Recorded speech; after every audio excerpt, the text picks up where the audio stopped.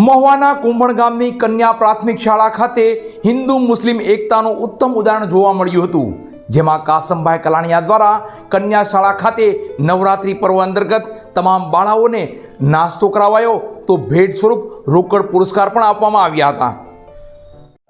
મહુવા નજીકના કુંભણ ગામે હિન્દુ મુસ્લિમ એકતાનું ઉમદા ઉદાહરણ જોવા મળ્યું હતું, જેમાં કુંભણની કન્યા શાળા ખાતે યોજાયેલી નવરાત્રી મહોત્સવમાં કાસમભાઈ કલાણીયા દ્વારા બાળાઓને ભેટ સોગાદ અને રોકડ પુરસ્કાર આપી રાજી કરાયા હતા. આ બાબતે વિગત જોઈએ તો મહુવાના કુંભણ ગામની કન્યા શાળા ખાતે નવરાત્રી મહોત્સવ અંતર્ગત રાસ ગરબાનું સુંદર આયોજન કરવામાં આવ્યું હતું, જેમાં કુંભણ ગામના જ કાસમભાઈ દાઉદભાઈ કલાણીયા દ્વારા શાળાની તમામ બાળાઓને પ્રસાદી રૂપી નાસ્તો કરાવાયો તો તમામ બાળાઓને રોકડ પુરસ્કાર આપી શક્તિ પર્વ નવરાત્રિમાં બાળાઓને રાજી કરવામાં આવ્યા હતા.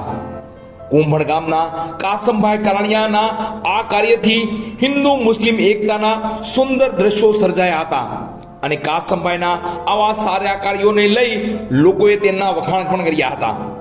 તો થોડા સમય પહેલા જ કાસમભાઈ કલાણીયા, જયતુભાઈ ભૂકણ, સંજયભાઈ પરમાર અને દેવકુભાઈ મકવાણાએ શાળાના તમામ બાળકોને આઈ કાર્ડ બનાવી આપ્યા હતા.